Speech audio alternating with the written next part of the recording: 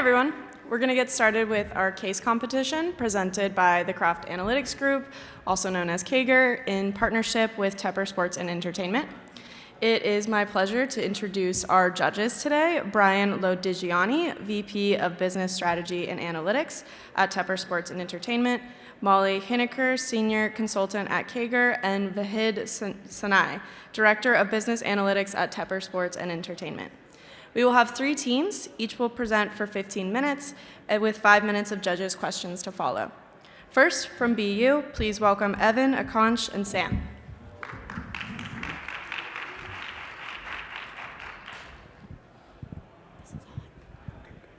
Good afternoon. We're honored to be here, and we want to thank the organizers of this event and the judges for being here.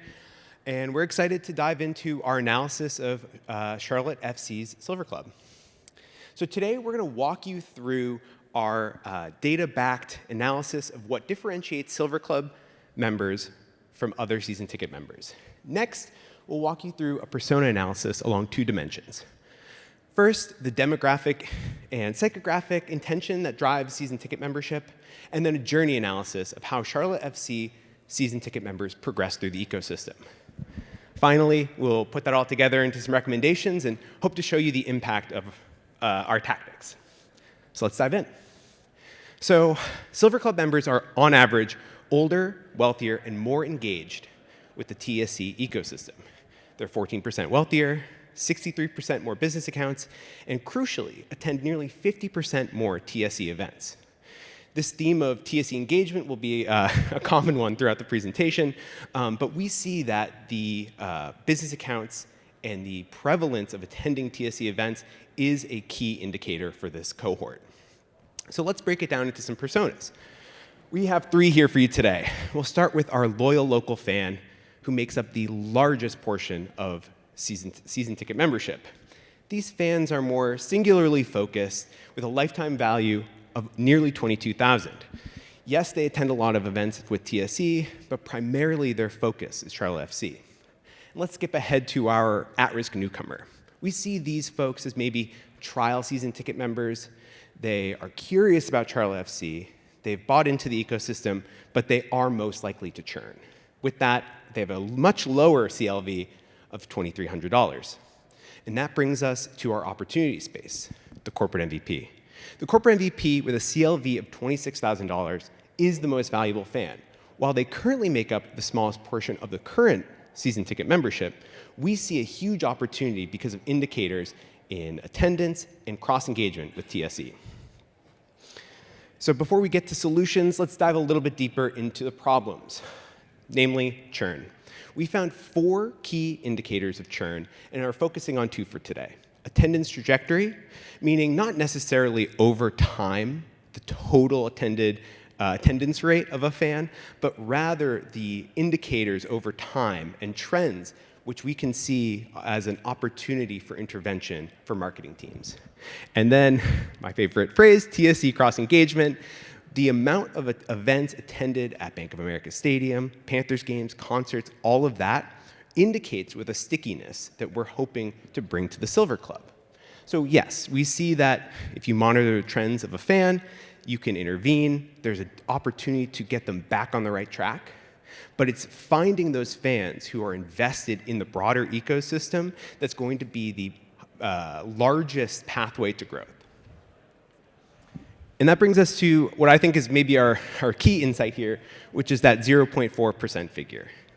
0.4% of the fans we analyzed upgraded from a non-premium seating membership to the Silver Club, meaning that organic lift, so the existing season ticket membership is not driving Silver Club adoption. Therefore, we believe it is imperative to seek external customer acquisition, and we think that by focusing on our corporate MVP, we have a huge opportunity to tap into a fan base that will be engaged in the broader ecosystem and stick around for the long haul. And so to tell you guys a little bit about the how and the why, I'm going to pass it over to Evan. Yes, thank you, Sam. So yes, as Sam mentioned, we believe the corporate MVP is the true customer segment that has the most growth. And we believe that for 3 reasons. Number one, when these candidates are coming in who fit the corporate MVP likeness, they tend to be more Silver Club members coming in than the other two groups. There's 45% of the lookalikes are in the Silver Club, which is much higher than the newcomers and the loyal local fans. Number two, thinking about the newcomers, they churn at extremely high rates and have low levels of renewal, and so that lowers their consumer lifetime value, as you saw in one of the previous slides. So we feel like it's a tricky business proposition to just target those fans.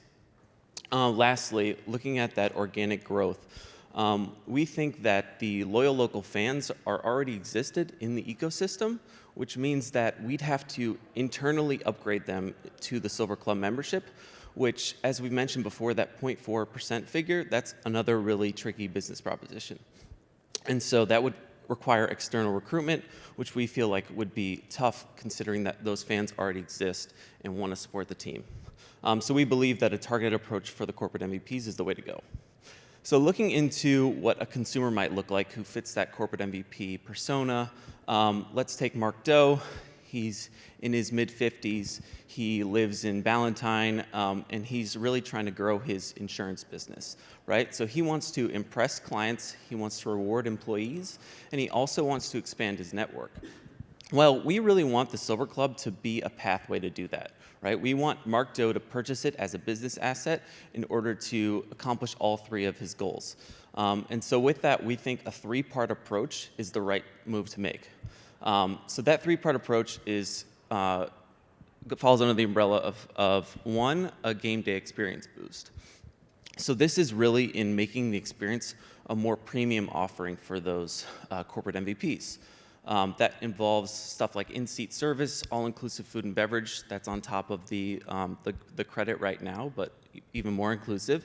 And then number two, corporate hospitality events. So that would involve networking events, stadium tours, dedicated corporate nights to really show the corporate MVP that they are valued in the Silver Club.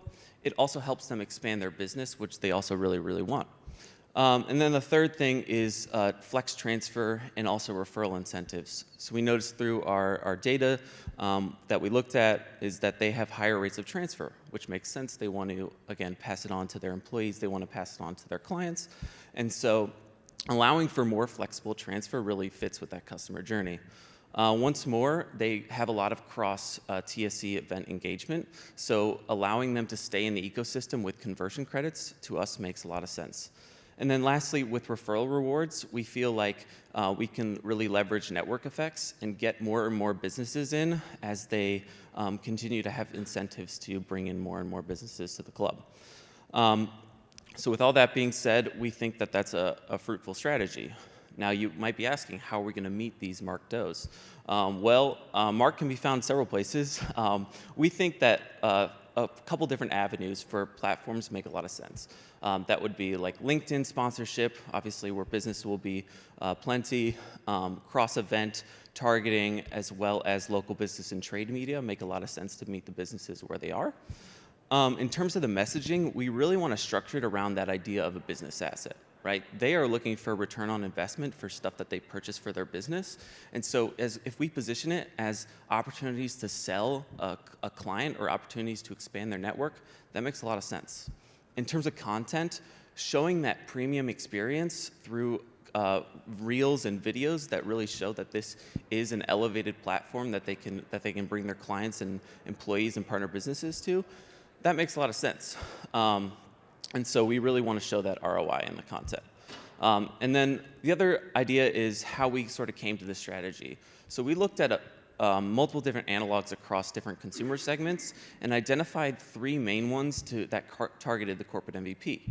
If you look at Atlanta United, Dallas Cowboys, and the Golden State Warriors, they all position their brand to target that business profile. So Atlanta United is one of the best revenue generating clubs in the MLS. They do a lot of work in building up that business profile, and the premium sales is such a huge part of that.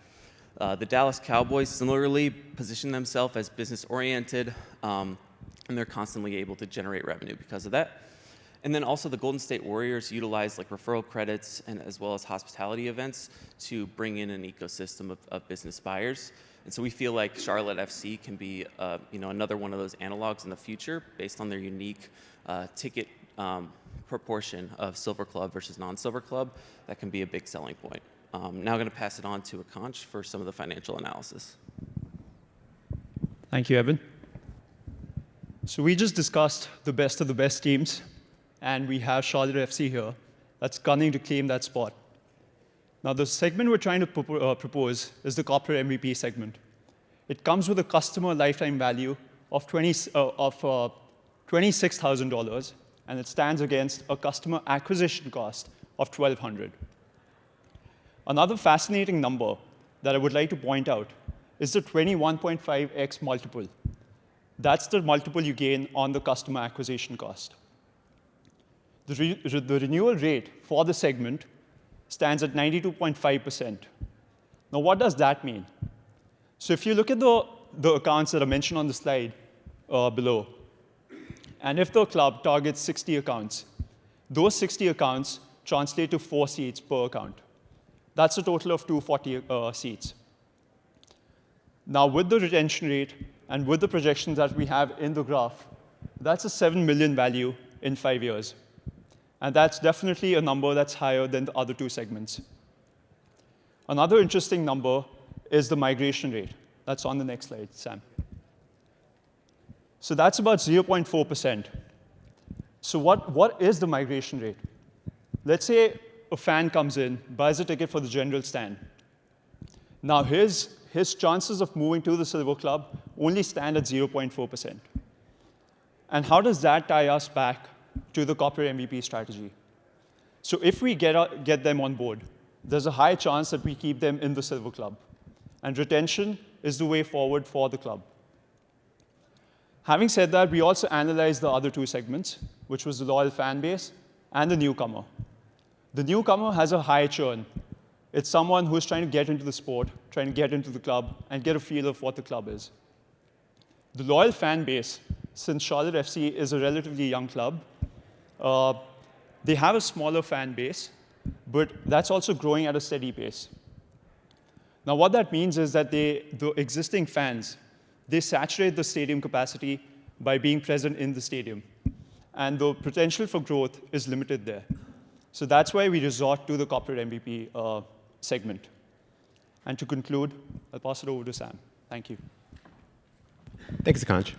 So today we walked you through our case for external acquisition over upgrade for the Silver Club. We pointed to the corporate MVP as the target-rich environment to grow the Silver Club and make it into a business ecosystem piece for Charlotte, Charlotte FC, and Tepper Sports Entertainment. And we talked about the opportunity to elevate the experience of the Silver Club into a truly premium experience. We believe we are creating an ecosystem for enduring support, sustainable growth, launching a new generation of Charlotte FC fans. Thank you.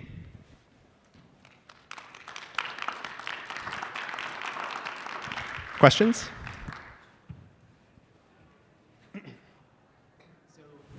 guys alluded to providing existing benefits? Does this work? Okay, cool. You guys alluded to providing additional benefits to club members. Would you also do that to existing club members? And then on top of that, how would you guys account for the additional costs there? Yeah, I think obviously anything that was open to Silver Club members would be open to all of them.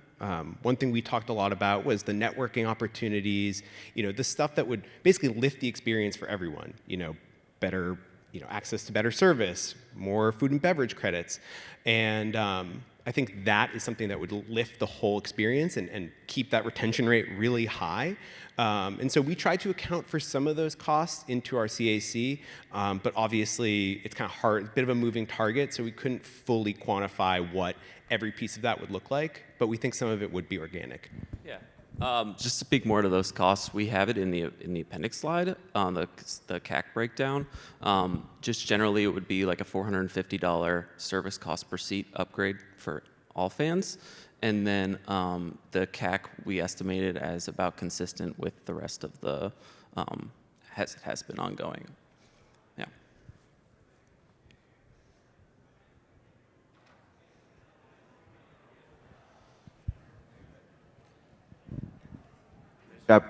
That's nice job, guys. Just on that question, all the benefits you guys offer. What research or anything else you'd like to know in terms of all the things you listed? Like, what would really drive the impact of there? And then also, just like corporate MVPs, is there a certain segment of business that you think would be the best fit for these Silver Club seats? Sorry, was that first question, what would we want to know? Yeah, more just like of all the things, it's kind of on Vahid's question of, there's a lot of different options to enhance the experience. How would you guys sort of narrow down the list of like, this would be the most impactful? And then sort of the second part is around the types of companies we would want to target on this. Through all the ways that you mentioned, how do we go about doing that? Yeah, I think the answers are sort of connected. I think we would really like to understand what the current business accounts in the Silver Club look like, so that we could, better target and be very deliberate about who we're trying to reach out to for that corporate MVP. And our friend Cynthia, who's in the crowd today, used to live in Charlotte, and we had a whole conversation about this yesterday, in terms of trying to figure out, okay, balancing between your Mark Does, who are small business owners who have clients they want to, wine and dine a little bit, but also the presence of huge financial institutions, healthcare companies. I mean, there's a lot of huge companies in Charlotte. And so I think we would love to basically have the information to make a bit more informed decision about targeting, but not excluding one or the other. And Mark is actually based on, my family's been Patriots season ticket holders for as long as I can remember. And my dad's friend Mark is a financial advisor who brings local celebrities to games, and that was the exact archetype I think we were thinking about, of someone who has a network in and of themselves and really pays it forward.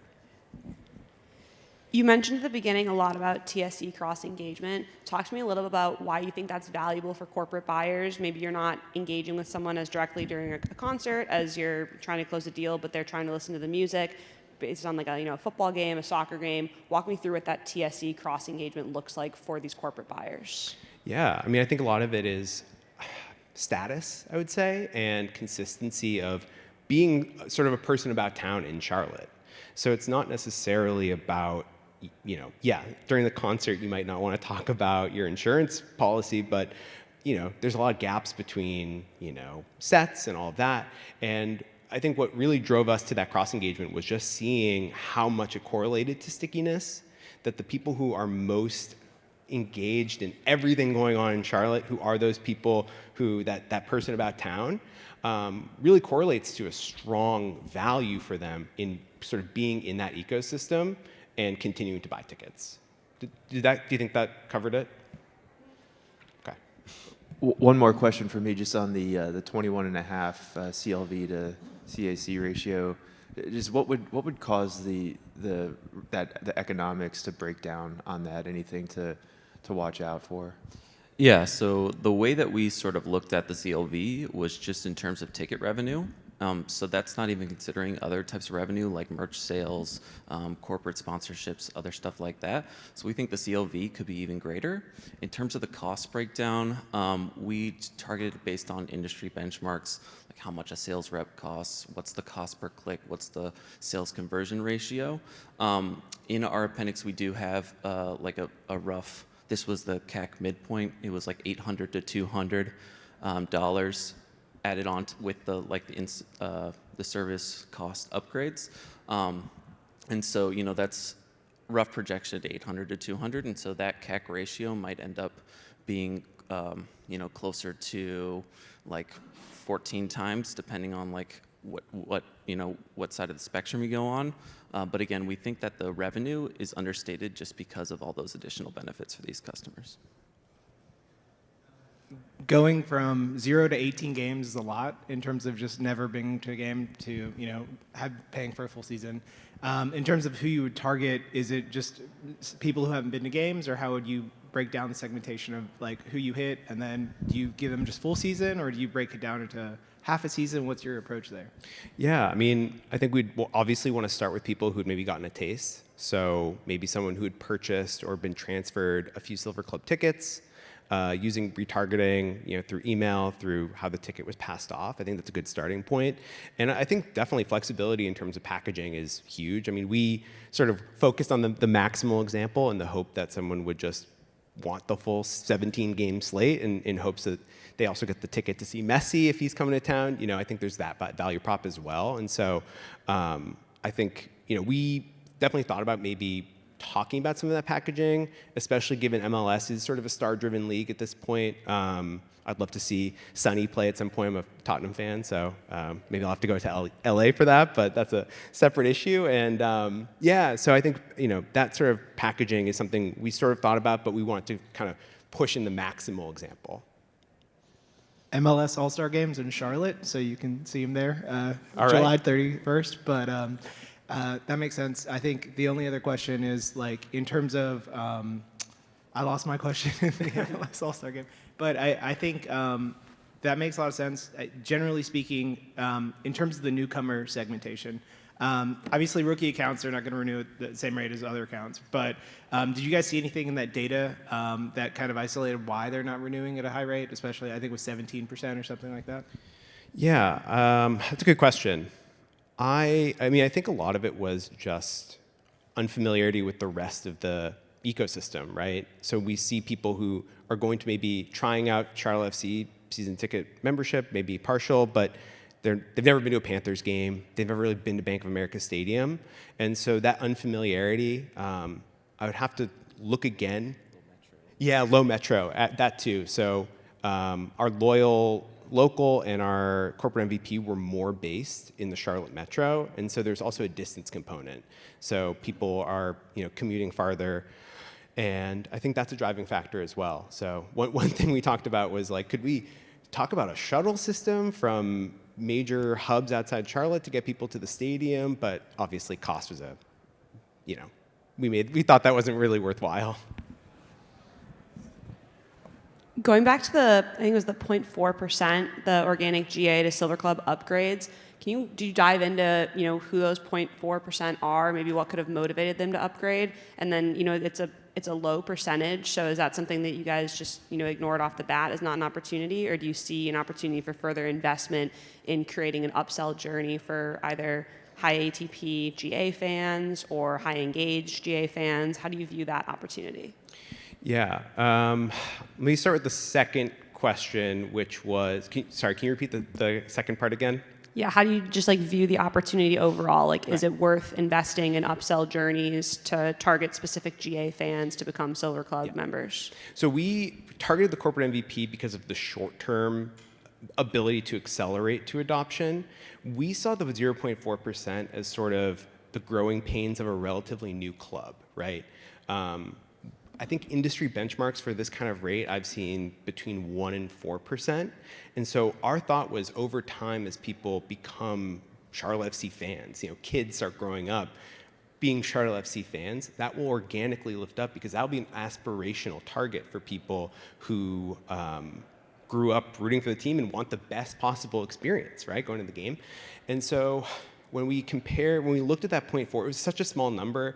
I think the number of people we found was 90, and so we didn't see anything that totally differentiated them from who was already in the Silver Club or who wasn't, and so that would be something I would want to look back again and maybe do a little more modeling around.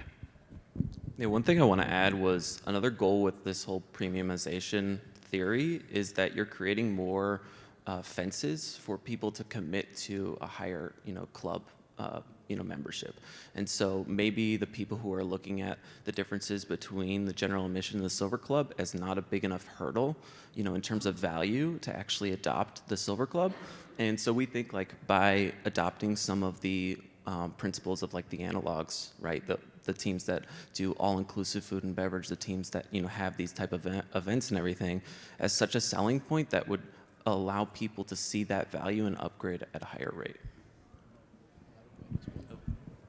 Yeah, so for the 0.4% figure, if you look at people who go to games, and if they end up being in the stand, generally what I've observed, at least back home in India, is that once you are in a stand, you tend to be in that stand. You become loyal to that stand. And because you want to watch the game with the people that you've been watching it with, you sort of build that family. And I think conversion for those sort of people becomes tough. And yep. And one last point on that, and I'm realizing I sort of didn't dive deep enough into it on the slide, but we did a sort of, our journey analysis showed that where people buy tickets anywhere in the stadium, they're likely to stay. So even if you are a Silver Club 2 member, chances are you're just going to stay right there because, as Akansh said, you like your seat, you get to know the people around you, and that's sort of that community building that we hope to increase. Good. Thank you so much.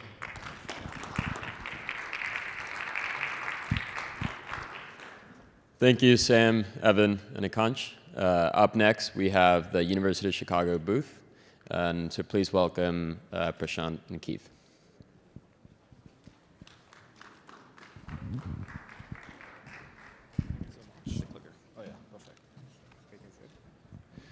Hi, everyone. Just to quickly introduce ourselves, I'm Prashant from Chicago booth, first-year MBA candidate. And my name is Keith, also from first-year MBA candidate at Chicago booth. We're very happy to be able to present some of our findings today, and we'll get to it. Perfect. Great to be here and excited to present what we've got. I don't think there's a lot of Charlotte FC fans, pretty empty, but hopefully it'll be useful.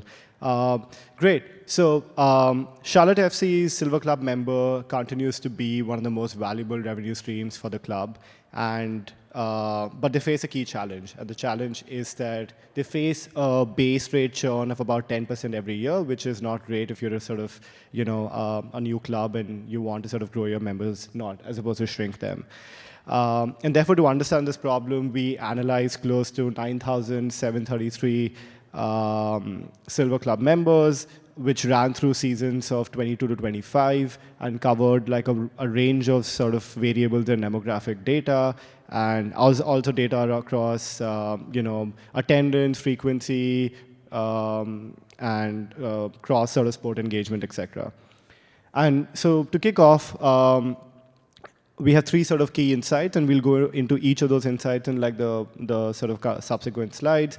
The first insight is the obvious one, but it's important to sort of highlight that, which is that Silver Club members are not a monolithic customer base. We used K-means clustering statistical method to essentially create three personas that we think are quite distinct from sort of one another. And these three personas included affluent loyal fans, corporate entertainers, and trial buyers. And we'll cover each of their attributes and how they differ from one another in the subsequent slides. The second insight is just an interesting paradox, which is that Silver Club members tend to pay almost 2 times more for their membership, and yet they attend fewer games and also resale lower compared to other sort of tiers of membership, such as a general admission. But despite that, they still tend to renew at a higher rate than the other tiers of membership. And this was an interesting thing that we found, and we'll be keen to go into the understanding of why that's the case. The third insight just reveals a bunch of behavioral factors, which addresses the core question of what variables can we use to reliably predict churn in the coming years. And to do that, we just ran a simple regression model where we looked at a bunch of different variables. And what we found is that tenure obviously emerged as one of the strongest predictors of churn. And we'll go into like a few of like what that means for Silver Club membership, as well as a few other indicators of churn in more detail later. And then to close it off, we have a few other sort of strategies for growth in social media to sort of convert some of this data into insights. So I'll hand over to Keith to kick us off with the personas. Perfect. OK, so first thing we'll start off is the first part of our analysis, which was basically the customer segmentation. So here, we did it quite simply across 5 steps. The first one is sort of doing a bit of data cleaning and standardization to make sure that we're removing some of those inconsistencies and duplicates, and also normalizing all the features for our comparability purposes. The second part was really about aggregating the data across some of the audience ID level. And this was based off all the different types of behavioral dimensions. So things like event behavior, purchase patterns, tenure, etc. The next bit was basically trying to figure out what is the optimal number of clusters that we can form through this. And we did this through the elbow method and the silhouette score, and we eventually got to a number of 3. Based off that, like Prashant said, we did a k-means clustering, be able to identify those 3 distinct groups, and then finally be able to insert some of those demographic data, so things like income, household profile, fan characteristics, in order to build a very distinct profile and customer segment across those 3 clusters. So here's sort of the breakdown of those 3 clusters that we found out. They're sort of in a somewhat equal distribution across the spectrum. And the first one that I'm going to introduce to you is the corporate entertainers. So that's about 34%. And these are basically companies or institutional buyers that are buying blocks of seats for entertainment purposes for their clients. The second one is basically the affluent loyal fans. So these are individuals that are very engaged with Charlotte FC, very passionate fans, and dedicated to the club. And the last category that we see is trial buyers. And these are basically new members that are debating if Silver Club membership is worth it and whether they should sort of continue their membership. And it is the one that represents the most upside for Charlotte FC because of their high churn rate. All in all, we'll go into a bit of detail across these 3 segments, but all in all, the corporate entertainers and the affluent loyal fans are the 2 categories that remain the strongest and the most mature segments for Charlotte FC. So let's deep dive into the first one, the corporate entertainers. So this segment, like we said before, is one that represents institutional buyers that are buying large blocks of seats for client entertainment purposes. So some of the characteristics of this is that they have very low attendance rate, but high transfer rate. And what that means is that they are giving their tickets away to some of the clients that they are entertaining for this purpose. The second part about this is that they have a very long tenure, membership tenure, and a very high renewal rate. And so the biggest question that we have across this segment is really, how do we continue to grow this segment given how lucrative it is? The second segment that we have here is the affluent loyal fans. So these are basically long-term MLS fans. So before they were Charlotte FC fans, they were actually engaged with the MLS as a whole. And these are fans who desire a premium matchday experience and have a very strong passion for the city and for the game. In some ways, they differentiate themselves in some of those events behaviors. So they have a very high attendance frequency and low transfer rate, but they exhibit the same tenure and renewal. So basically, they have a long membership tenure with Charlotte FC, and they also have a very high renewal rate. The last segment that we have here is basically the trial members. So these are basically members that in some ways resemble that of the affluent loyal fan, but in many ways they have very different behavioral attributes. So they resemble more the demographic side, so things like income, things like age, but the kind of behavior that they exhibit is completely different. So they have low attendance, low tenure, low renewal rates, and in many ways, they weren't engaged with the MLS before Charlotte FC. They very much came into the game through Charlotte FC and are very much the Charlotte FC first fans. Perfect. Thanks, Keith. So now that we have understood the 3 personas that exist within the Silver Club, I'm keen to now compare how Silver Club looks compared to some of the other sort of membership tiers. And in particular, we've done a lot of the comparison with general admission, so we'll go into that now. So this comes back to the second insight where I flagged a bit of a paradox. And the paradox is the fact that Silver Club members do tend to pay 2 to 3 times higher for the ticket prices, and yet they report sort of more higher wastage in terms of non-attendance. They also sort of report lower attendance in general. But despite that, they tend to renew at higher rates their membership compared to a tier like general admission, which is 91% compared to about 81%. So what really explains that? And we have 2 sort of hypotheses that we think could be quite plausible here. The first thing is the fact that Silver Club members just care more about their experience for when they do attend, as opposed to maximize their attendance for every game. They care about the fact that when they do sort of go to a match day, what is their quality of experience like? And for them, it's not really about attending each and every game that sort of is in the season. The second thing which is also interesting about them is that they tend to be a bit more price insensitive compared to the general admission tier. And this is reflected in the fact that in the general tier, you have a much more higher resale rate. So which means that if a general admission fan is not going to the match today, they will sell that ticket so that they can monetize.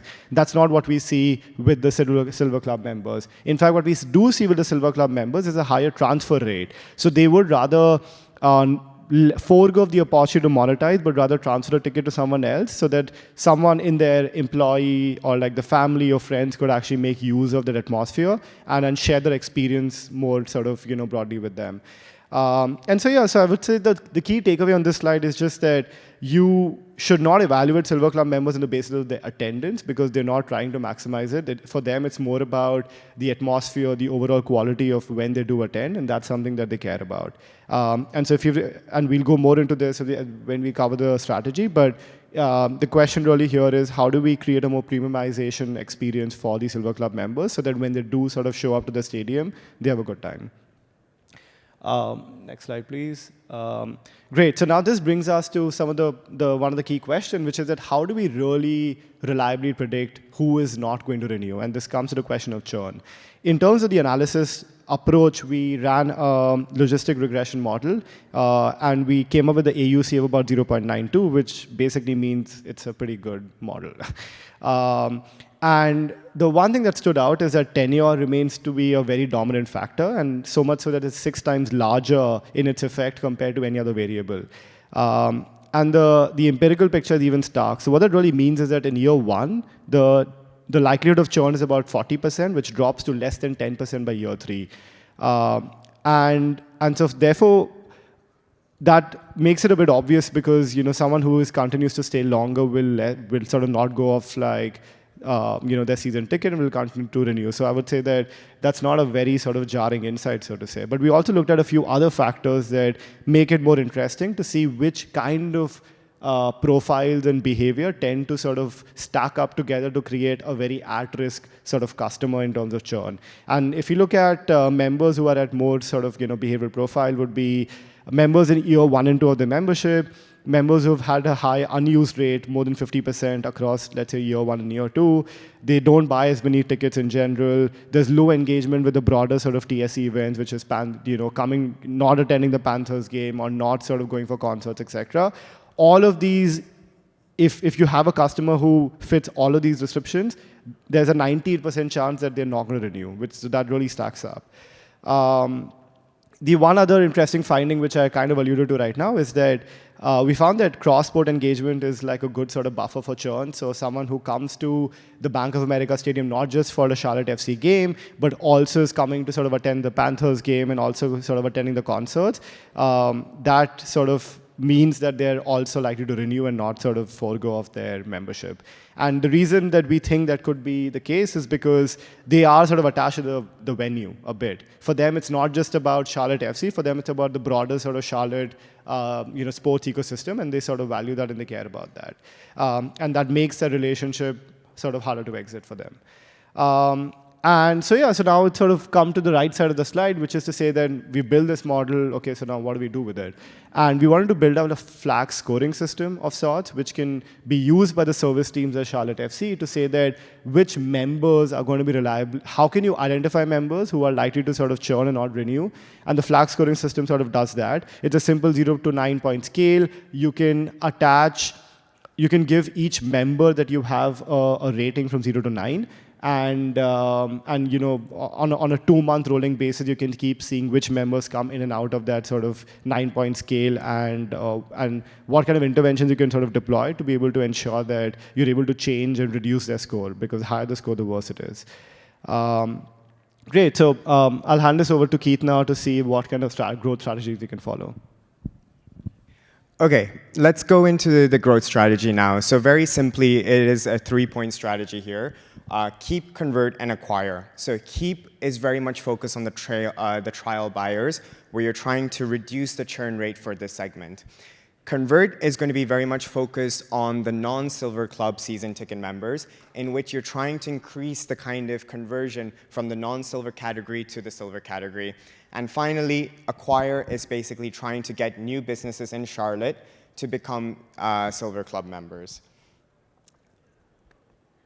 So what does that look in reality? So we've come up with a few targeted interventions across all of them. So firstly, on the keep strategy. So this, again, is mainly on the trial buyers. And the idea here is trying to keep them engaged and build interest towards the wider MLS ecosystem and also the wider TSE ecosystem. And the way we've kind of come up with a couple of suggestions here was, first of all, a milestone reward scheme, where these members are recognized, rewarded, and incentivized to attend these games. And the second one is exclusive or discounted access to some of the wider MLS events. The second category is basically the convert strategy, which is trying to bring some of those non-Silver Club members and targeting those that are most likely, based off the analysis that Prashant showed earlier.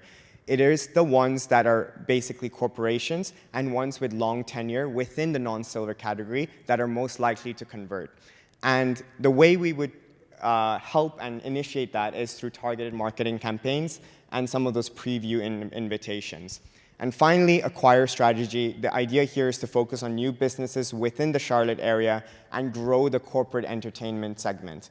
And so the idea is to try to create some of those corporate-oriented experiences, such as executive introduction series, industry-specific hospitality package, etc.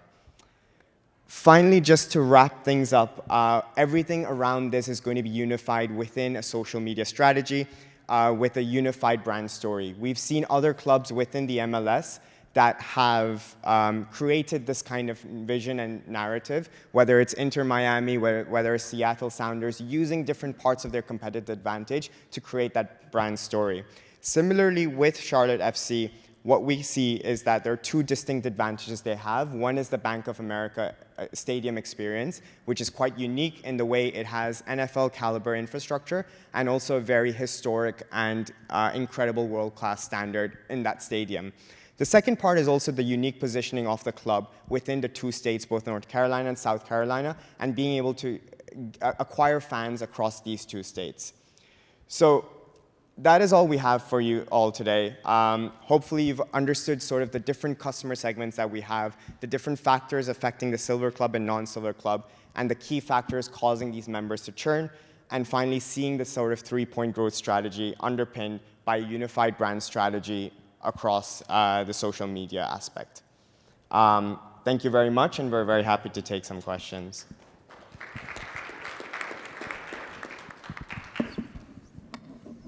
Thank you, guys. Really good stuff. Two questions for me. One just on the numbers, just the overall churn rate of 10%, and then the year 1 and 2 at a 98% churn rate. Just could you explain like how those two numbers square up? And then the second, more of like a approach question on the three strategies. I think it's keep, convert, acquire. If you had to choose one of those, which would you say you would prioritize first? Yeah, I can take the numbers one first, and Keith can take the second one. So just a clarification, it's not 98% churn rate. So the base rate is 10% if you don't disaggregate by tenure. But if you do disaggregate by tenure, year 1 is about 40, and then it goes down to about, I think, about 15 or 20%, and then year 3 is about 10%. 98% metric is to say that if you stack up all the variables that we had listed in the model, and basically say that you have a fan who is in the first year, a fan where the unused rate is more than 50%, a fan who has had very limited number of cross engagement, then that fan has a 98% likelihood of churning. So that's where the 98% is coming from. So on the second question, I think it tackles very different problems with the strategy that we've proposed, but probably the one that has the most impact will be the keep strategy, because they're within the ecosystem, because you have the data set on those fans, and you're able to target them quite concisely. So with the keep one, essentially you're really trying to target those trial members and trying to use the different strategies that has worked with other fans and try to implement it on them.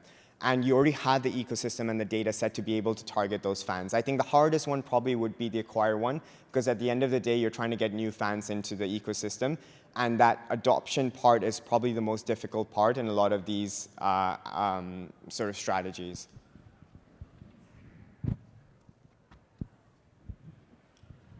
A couple questions on keep and convert. So on keep, is it a safe assumption to say that the trial buyers and the affluent loyal fans, those are pretty similar? The affluent loyal fans are just probably bigger fans, more engaged, attend more games than the trial buyers. That's the key difference. So in order to keep the trial buyers, the goal is to build their fandom, right? And it looks like right now you're suggesting primarily doing so through game attendance. What are some other ways that you would go about building the fandom outside of the 17 home games at Bank of America Stadium each year?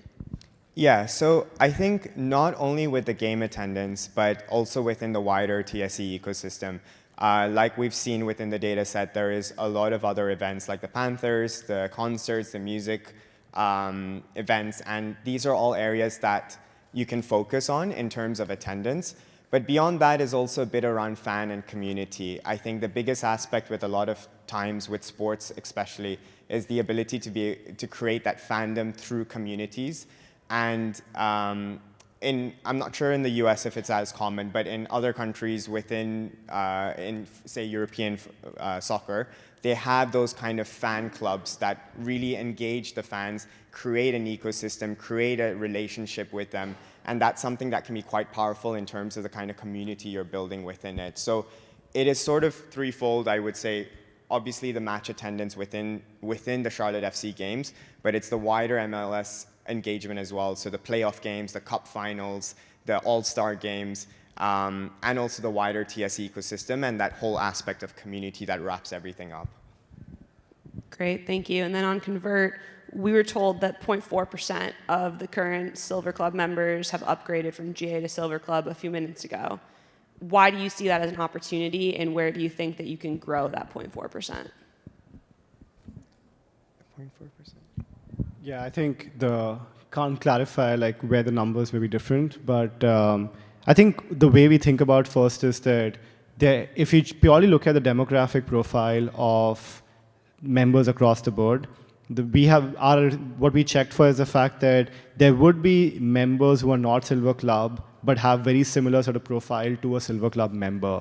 And I think that number was roughly about 5 to 10% in the database today, which tells me that that's an easy opportunity, a low-hanging fruit that you can target those sort of members. Try to understand maybe where the differences are for why they're not converting. Could be sort of income, could be something else.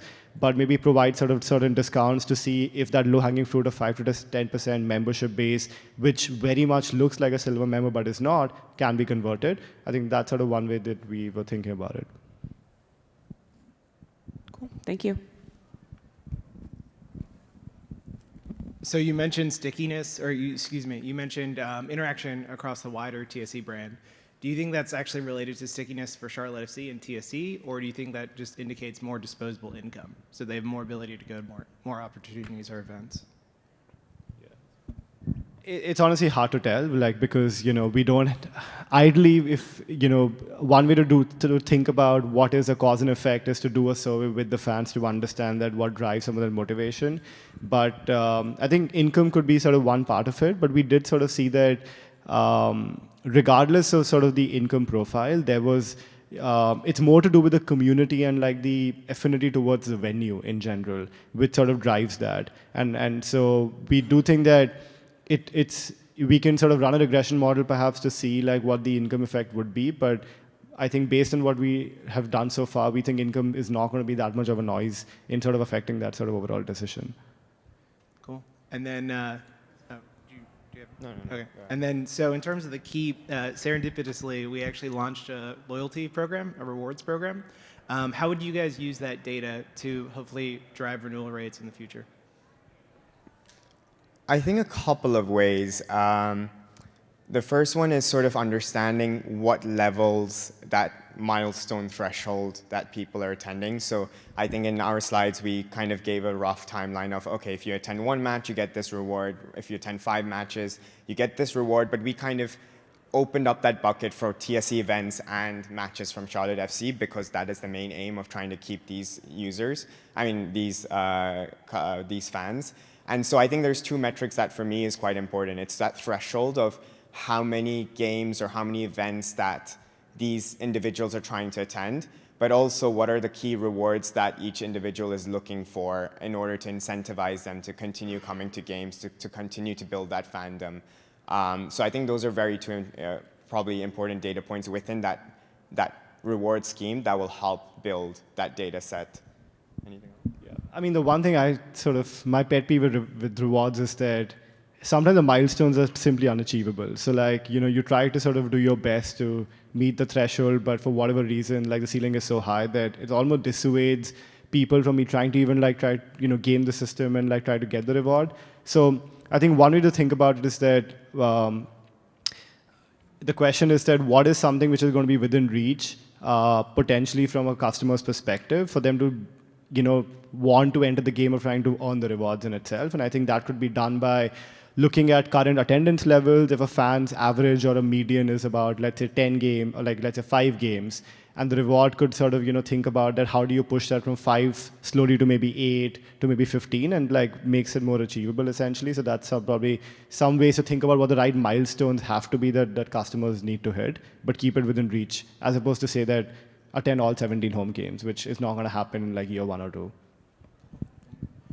How would your strategy change in year 2 and year 3, depending on how year 1 goes, if at all? And that's generally the key, convert, acquire. How would you guys pivot in future years? Pivot what? How would you change your strategy, or would it change at all in future years after the first year? I mean, I think so. It would depend on like how much progress we've been able to make in terms of getting up the attendance levels, getting up like some of those. And so I would say like it really just depends on how much we're able to move the needle. But I would probably. It's hard to have one sort of answer to it, but I think one would be data oriented sort of approach essentially, and see like how much they've been able to achieve essentially, and is a needle really moving.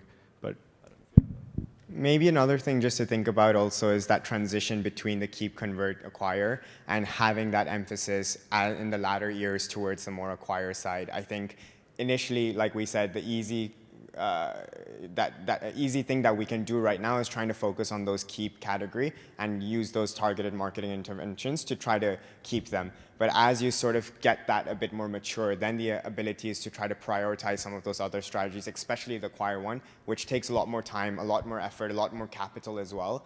And this is something that will happen in the latter years, and maybe something you transition across in those incoming years. Just on the threshold question is under the keep category. Was there a number that you guys saw, like once you sort of saw somebody go like attend this number of games to this many games, like you saw them more likely to renew? Or even just like one thing we talk about too, like 18 matches is a lot.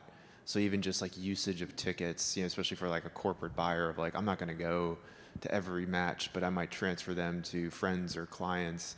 Was there some tipping point that you saw in sort of either attendance or usage? And then one other question on just like the trends for non-renewal. Was it surprising, like distance? Was it more of a factor when you guys looked at it? So distance is the easy one. We looked at that. We mapped every city and its distance to Bank of America Stadium. The model sort of said there's no statistical sort of significance to distance, which was an interesting finding because I would have thought that maybe that would have been. Interestingly though, maybe it's related kind of, but like age was an interesting one. Like the older fans was definitely more sticky, and I had no sociological reason why. Maybe it's because like they have like empty nesters or like 50 plus sort of people who have like more time on their hand, willing to like dedicate more towards the sports team, etc. But yeah, in terms of the first question, we did sort of obviously because we have the 3 personas, the attendance rates, reuse rates like varies across each.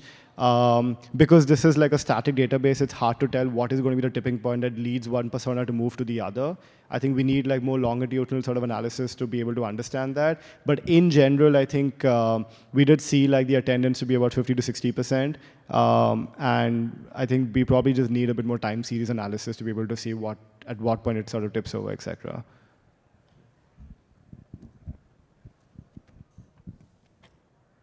For the distance, I think about this, like, did you think about running the logistic regression model specifically for the different segments of buyers and the different personas? Because when I think of distance, you think about the corporate segment specifically. You could work outside of the city of Charlotte and have a larger distance to the venue.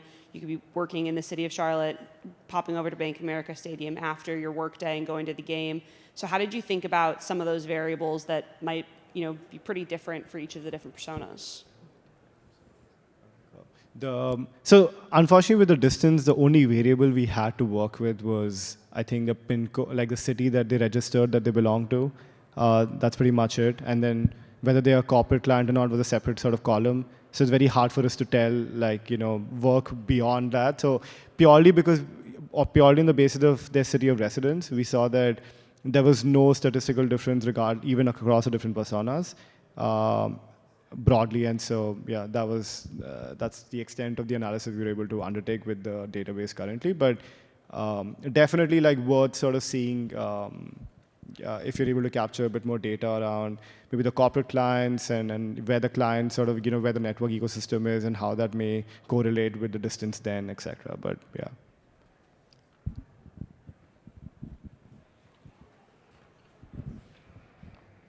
Perfect. Thank you. Thank you, Prashant and Keith. Finally, from the University of Washington, we have Tang, Lynette, and Daniel.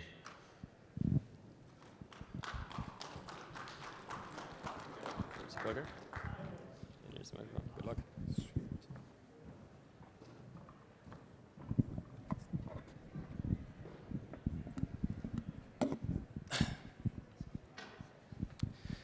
Imagine a premier club member who shows up less than we would expect, but still renews more reliably than the attendance alone would predict. That seems like a contradiction, right? But for Charlotte FC Silver Club, it's actually a high-value signal. Good afternoon, everyone. My name is Tang, and along with my teammates Daniel and Lynette, today we are presenting Charlotte FC Silver Club growth strategy. This is not about selling more seats. It's about using the data that's available in front of us to grow the Silver Club membership by targeting the right buyer personas and protecting the retention that we have already built. Yeah. Oops.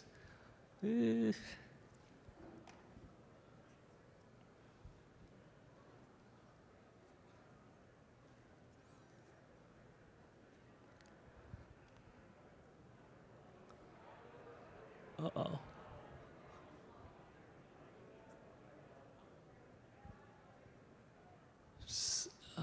Let's.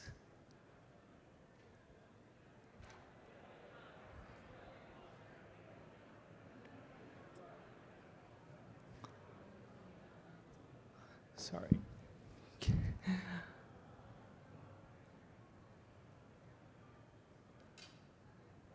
guys know how to use a clicker?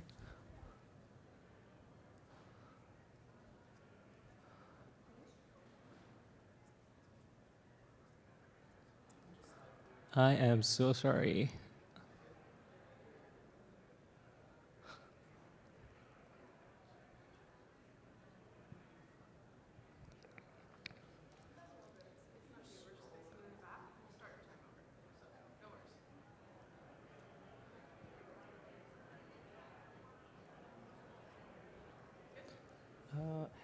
How do I like scroll down? Cause it's like, oh, here. All right, sorry about that. Our six-part roadmap is built for precision. Starting off, we have the opportunity, where we define the Silver Cup landscape and its growth potential. Then customer segmentation, where we introduce 4 distinct buyer potential by using clustering analysis. Then we'll move on into the behavior insight, where we focus on users gap between the Silver Club member versus non-Silver. Then we'll introduce Churn Intelligence, our early warning system that is designed to catch non-renewals before they actually happen. And finally, we'll bring it home with growth strategy and activation playbook that is designed for immediate execution. Now let's look at the opportunity. So in the opportunity, this is where we describe the Silver Club landscape with its growth potential. And the Silver Club, the opportunity is where we just not define the premier tier, we're also finding out the ways to increase the Silver Club membership in a way that's scalable and strategic, and not just noise. And that would bring us to the challenge. Here's the strategic context. The Silver Club currently has 37% penetration, which means most of the fans are not even the Silver Club yet. And this presents a business opportunity for us. If you look at the numbers here, the weighted average of a customer lifetime value for Silver Club is 17.2 thousand compared to the non-Silver, which is 14.8 thousand. And that gap is the business case. Plus, there's also a B2B business case where 12% business case is for Silver Club versus 6% for non-Silver, and that's twice the lift. But here's the core question. How do we grow Silver Club member without actually increasing the churn? And our solution is actually two-part. First, we're going to target precisely based on the right buyer personas. And then secondly, we scale safely by protecting the guardrail. Now, with that being said, I'm going to pass it on to Lynette, who's going to walk us through different personas and how we activate them.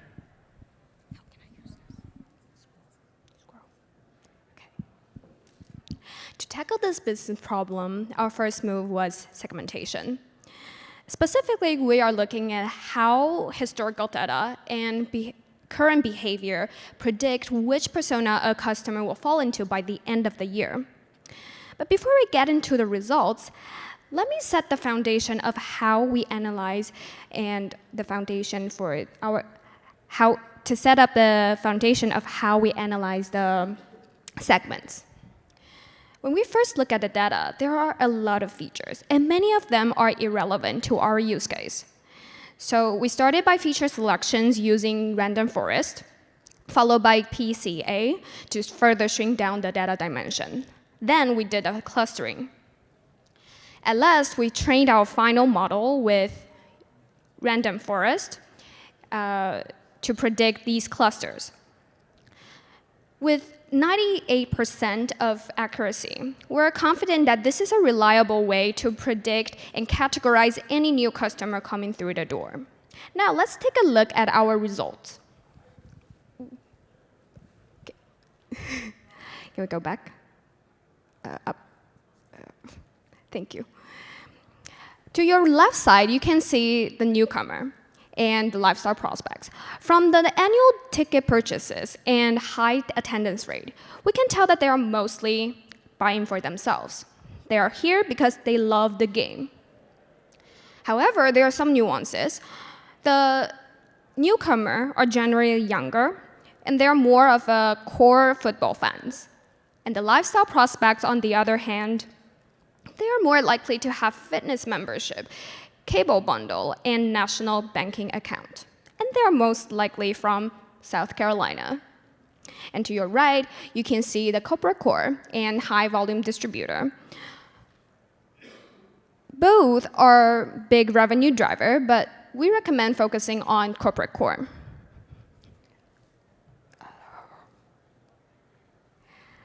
Why? There are many reasons why. But most importantly, it's because they pay and they stay. On average, each account contributes $7,000 in annual revenue, and they have the highest renewal rate. This is where the B2B opportunities lie. Their high purchase and transfer volumes indicates that these tickets are most likely used for gifting and PR.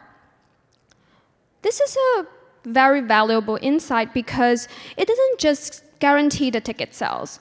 It gives us an opportunity to reach a broader audience that could potentially becomes customers themselves. So to wrap up, we are focusing on this group because they are more profitable, they're more stable, and they brought the long-term growth in a better way.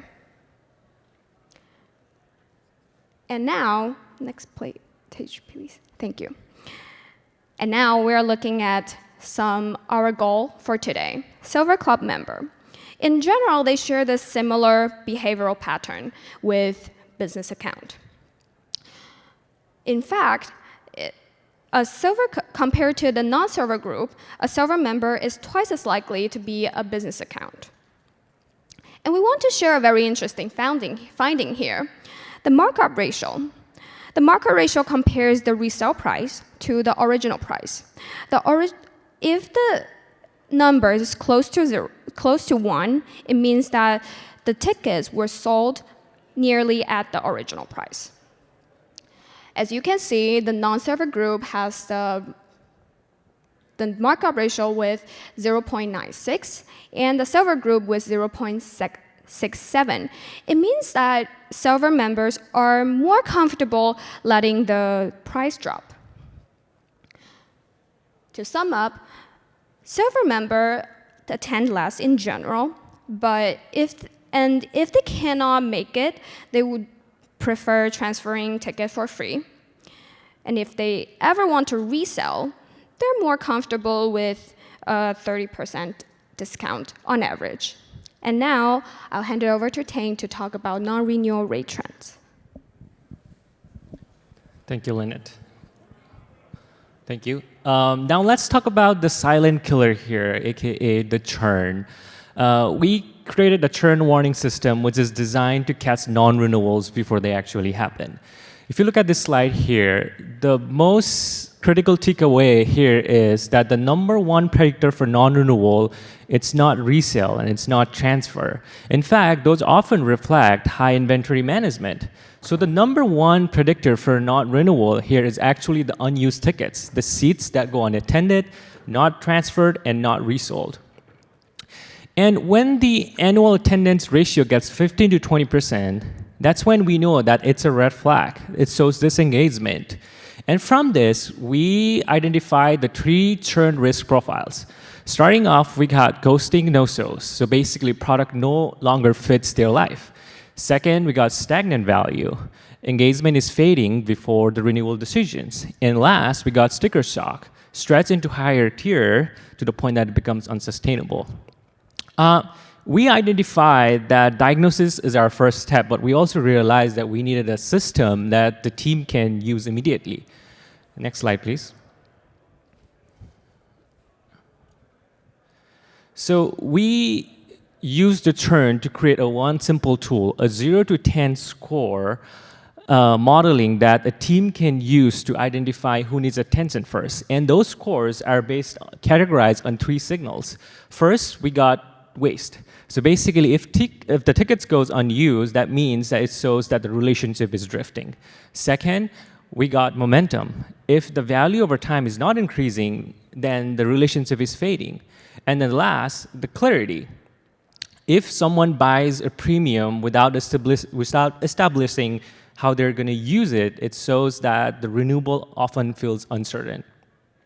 So the bottom line here is that we don't want to wait until the renewal deadline to figure out who is leaving. We want to start in early. We wanted to understand why, and then we want to intervene where the relationship can still be saved.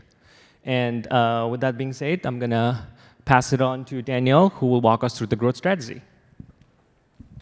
Thank you so much, Tang. So we have already identified the personas. Now let's try to see how we can drive engagement. Next slide. Oh, that one, yeah. So as we have, like Tang and Lynette already did, we have identified a couple of people that participate within the Silver Club. So having that in mind already, we know that the corporate are more about the hospitality, giving their customers like the living, the experience of being of the Silver Club. Based on that, a couple of the features that we have think about is like allocating some specific tickets just for them, just in case they will need some extra parts. And of course, giving them like the concierge feeling that in case there's an emergency, something need to be held last minute, they can access to it. By selling that, we're looking also like the try and pad, which goes with the idea that we give them the opportunity to first having like 1 or 2 nights with like dinners with their customers in the event, in which they get the opportunity to participate in the stadium, get feeling the event, and maybe like if they are interested, they can get the whole season pass accredited with the price of this $200 that will be included on. Now, the silver access, these are the people that live close to like South Carolina. They're the locals, they're more interested into the perks of like being part of this club. So it's more about driving that engagement with like the rewards. And the more they commit to the club, the more they participate, the more they will get to live this experience. Part of it is like having like limited gear, access to the stadium, and of course like giving the opportunity to get involved with the team and some special events. The starters are more like in the part of people that are not yet fully committed to get involved with the club. They want to get to know what is the opportunity to like being a part of this club. So part of that is more building the relationship, getting the chance to get to know what would be part to actually be part of the Silver Club. Now, all 3 of them look like different packages, but at the end of the day, they answer like one problem in common. That is targeting the right buyers and, of course, driving engagement up. Next slide.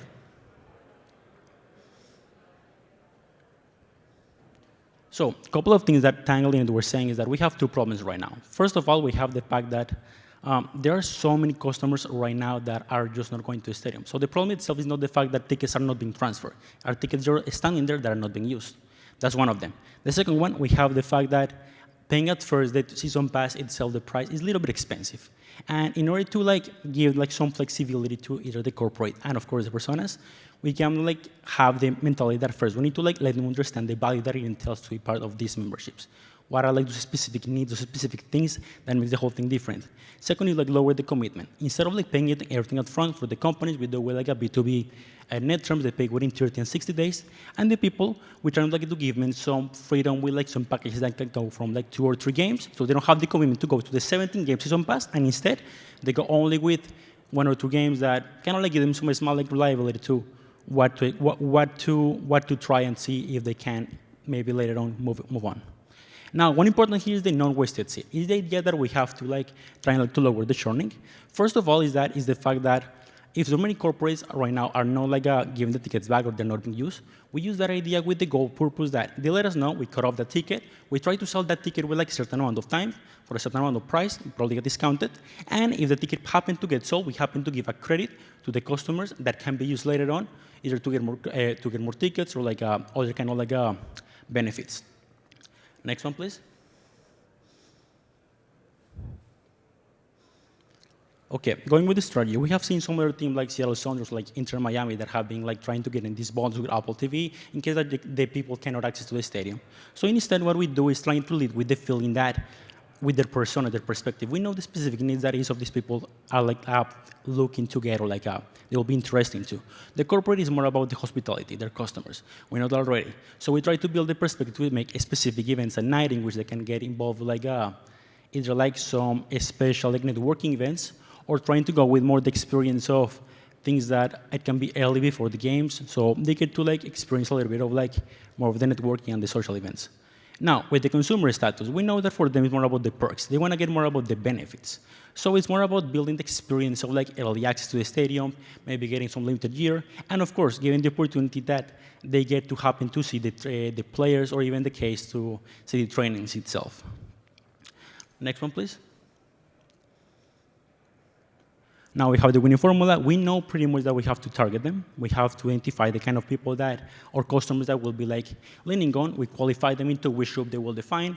We take the packages accordingly to either the corporate, the people that are interested in perks, or they're just starting to get in this journey. We set up the pricing that goes accordingly to how they would like to go. If they would like to pay everything up front, wonderful. Otherwise, we can set up like some monthly or like quarterly payments that are convenient for them.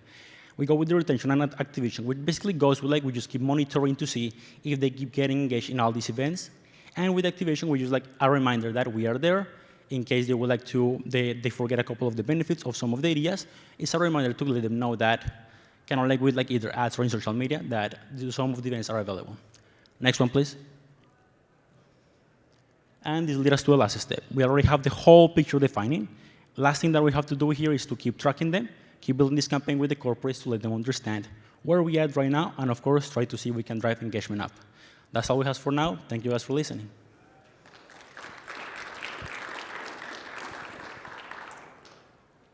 Thank you, guys. Appreciate it.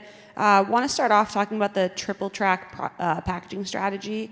How would you consider the operational challenges of offering segmented products like this within the same premium space?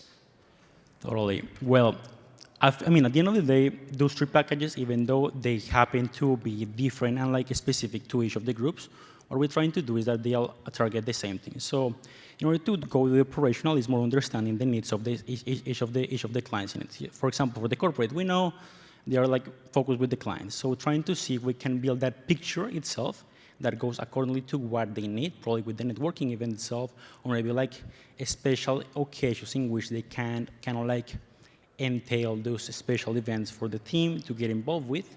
For the people itself, it's more just to get involved more with the club and the kind of like benefits that it entails to be part of it. So it's more to understand itself like what specific things they would like to get from the club or they would like to be part of it, maybe like getting to know the players or getting to know. It's kind of like to understand more itself in the picture, what each of them will go into and how we can, of course, get to know those specific needs. To drill into that, would you price them differently, or are they all priced the same? Can you repeat? So in terms of the triple package pricing or the triple track packaging strategy, are they all priced at the same level, or would you price them differently? And how So more than the pricing itself, the package itself is more like to tailor their needs. It's not exactly to like tailor the price of each of the tickets.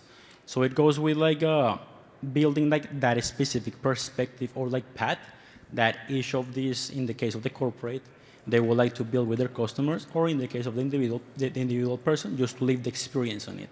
So it's more like to drive the engagement rather than just selling them a different package itself. Okay. And then in terms of giving the credit back or getting the tickets back, do you think they'd get more money that way or selling them on the open market? Can you repeat the last part? So one of the privileges you had, or one of the benefits you had, was no wasted seats promise, right? But then on one of the slides that was presented earlier, they get 67% of their value back already. So do you think they'd get more money through the no wasted seat promise, or do you think like they just reselling it on the open market makes more sense? Yes, okay, that's a good question. So pretty much the goal of the wasted seat is to like trying to drive a little bit of like some of those tickets that are not being used. So it's not like we can guarantee the fact that those tickets will be sold within a specific time, or we can get some revenue out of it. But the goal itself of that is trying to see if we can convince the customers, or in case the corporate, to let us know some of those tickets that are not being used. We sold them up, and instead we can give them like some credit that can be accounted in their accounts later on if they want to get for next year's season's pass or specific benefits. Kind of like to drive some incentive for them to like let us know like about those tickets, and instead we can do something about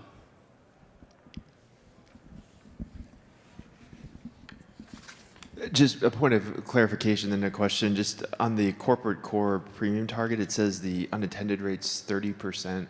Is that's above the sort of 15 to 20% you guys had? And then just what Vahid was saying, like the 67% on the compared to Silver Club, non-Silver Club, that's a little concerning in terms of what you get.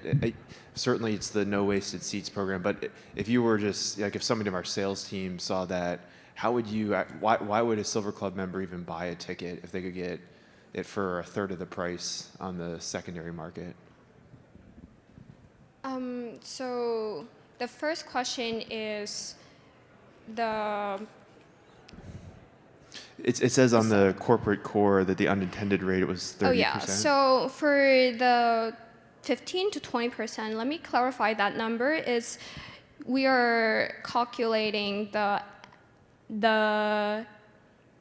unused tickets ratio across 2023, 2024, and 2025. We did notice that 2025, in general, we have a higher unattendance rate, but we don't want to like only focus on the most recent year, so we average out, and that would be the 15 to 20%. So for the second question, if I remember correctly, is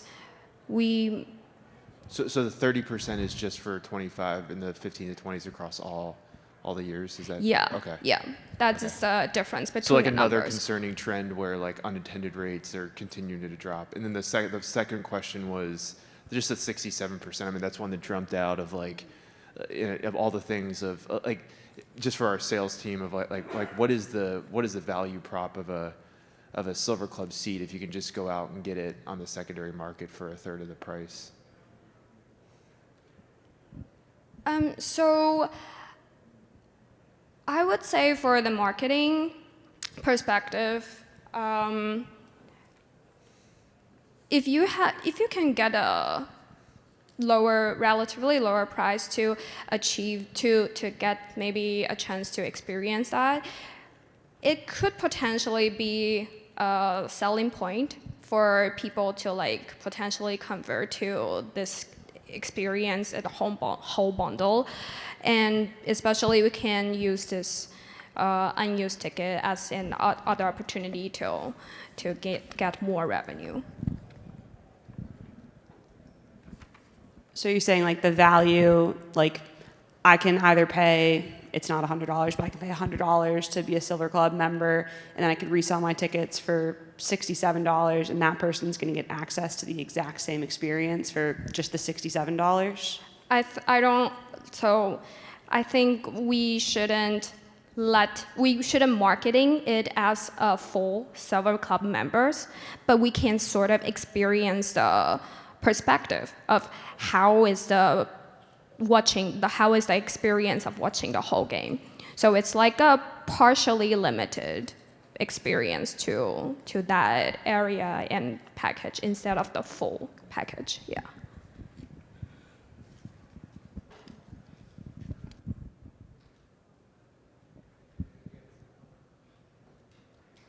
Just one question is, if there was like any other information that you guys didn't have, what else would you want to know about this in terms of research or insights?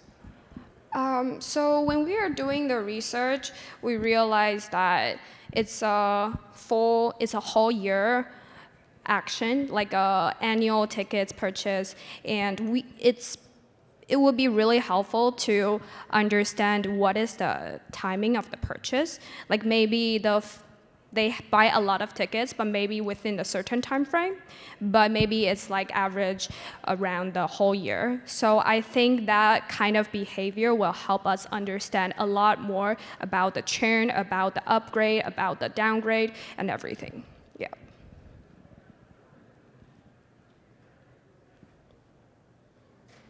Thank you so much.